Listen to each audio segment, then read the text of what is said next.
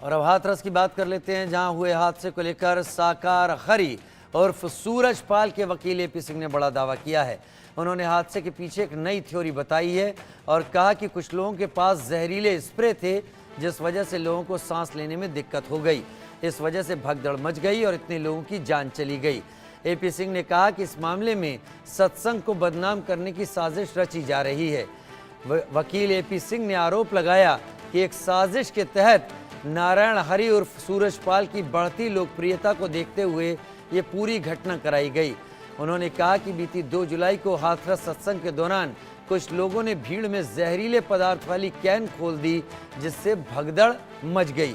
यानी पूरे मामले में एक ऐसा पेच सूरजपाल के वकील ने रख दिया है, जिसके चलते जांच कमेटी जो पहुंची है वहां पर रिटायर्ड जस्टिस की अगुवाई में, उसके सामने भी कई सवाल आ गए हैं। और इसके चलते ये मामला और इसमें मिल रहा इंसाफ कितना ज़्यादा आगे अब बढ़ता है, वो देखना होगा।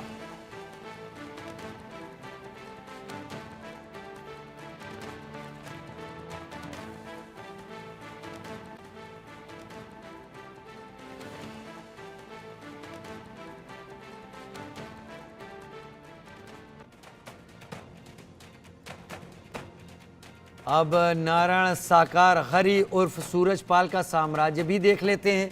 आलीशान आश्रम है करीब 24 इस शख्स के। ये जो कई दिनों तक फरार रहा, छुपा रहा, सर झुकाए हुए बाद में आया मीडिया के सामने और अपना दुख व्यक्त कर दिया इसने, लेकिन अब तक पुलिस के सामने नहीं गया है। अब इसकी जायदाद समझिए, ट्रस्ट के नाम है जायदाद, 100 करोड़ से अधिक की संपत्ति इसकी बताई जाती है। 24 के करीब आलीशान आश्रम हैं इसके, जो आप जानकारी इस वक्त ग्राफिक्स के जरिए देख पा रहे हैं। लग्जरी कार 25 से 30 हैं। न जाने कितने बाउंसर इसके आसपास रहते हैं। कई सारे इसको मोटरसाइकिल सवार इसकी सुरक्षा के लिए रहते हैं। एक पूरी वैगनर आर्मी जैसी इसकी आर्मी है, जो इसके नाम पर, इसकी सुरक्षा के नाम पर कोई भी कदम उठाने के लिए तैयार रहती है। और उसकी तस्वीरें सत्संग के दौरान भी दिखाई दी।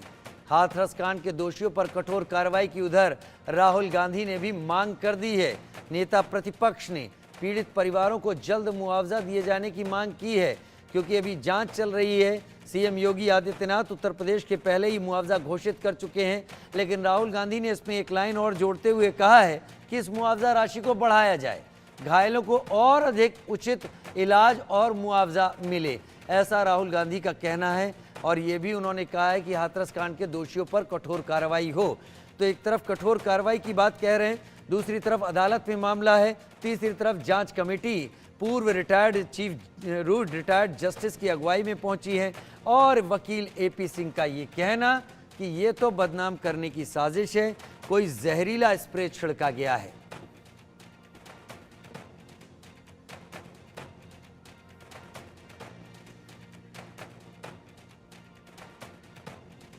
ये महिलाएं इस तरफ में पूरे भाग में हैं। यहाँ जो लोग, जो मैंने कहे थे 15-16 लोग, वहां हट्टे कट्टे हाफ पैंट पहने, गमछा डाले, वो व्यक्ति थे जिन्होंने वो जो भगदड़ करते समय, भगदड़ के पीछे भी उनका एक कारण था कि उन्होंने जहरीला स्प्रे, जो नशीला और जहरीला स्प्रे था, उनके यहाँ हाथों में लगा हुआ लगे। उन्होंने इस तरह से ऐसे उसको ऑन कर रखा था, दबा रखा था, जिसकी वजह से वो अपना भाग रहे थे सामने, उन पर वो असर ना करे। देखिए कितनी बड़ी साजिश, कितना बड़ा षड्यंत्र रचा गया नारायण साकार हरि को बदनाम नहीं, पूरा मानव मंगल मिलन सद्भावना समागम खत्म करने के लिए। और ये तो 123 मौतें हुई, फिर भी प्रशासन शासन ने बचाई कि और अधिक मौतों की संख्या बढ़ती, क्योंकि लगातार वो गमछा ऐसे डाले हुए थे और जिससे स्प्रे छिप सके। और वो लोग भागते भागते भागते, जो यहाँ पर गाड़ियां खड़ी थी, यहाँ गाड़ियां खड़ी थी, काली स्कॉर्पियो और सफेद स्कॉर्पियो, और कुछ और आगे गाड़ियां खड़ी थी, उनमें जाकर फटाफट बैठे हैं, बैठते देखा गया है। 2 जुलाई की घटना के तो इस बाबत तक जांच की आंच, यानी इसे बाबा कहना सही भी है नहीं, इस पर भी बड़े सवाल हैं। नारायण हरि उर्फ सूरजपाल की चल अचल संपत्तियों की जांच। सुपरिटेंडेंट ऑफ पुलिस ने कहा कि हम एजेंसियों की मदद लेंगे, पता करेंगे क्या कितनी संपत्ति है इसकी। आरोपियों के बैंक खातों की भी जांच करेंगे, उसमें कितना पैसा है, और बैंक खातों की जांच से ये भी पता चलेगा कि अगर पैसा ट्रांसफ़र किया गया होगा तो किस खाते में किया गया है, अगर निकाला गया होगा तो कहां से निकाला गया है, किस किस ने निकाला है, राजनीतिक कनेक्शन तक की जांच की जाएगी। कई तस्वीरें कुछ नेताओं के साथ यहां पर दिख चुकी हैं।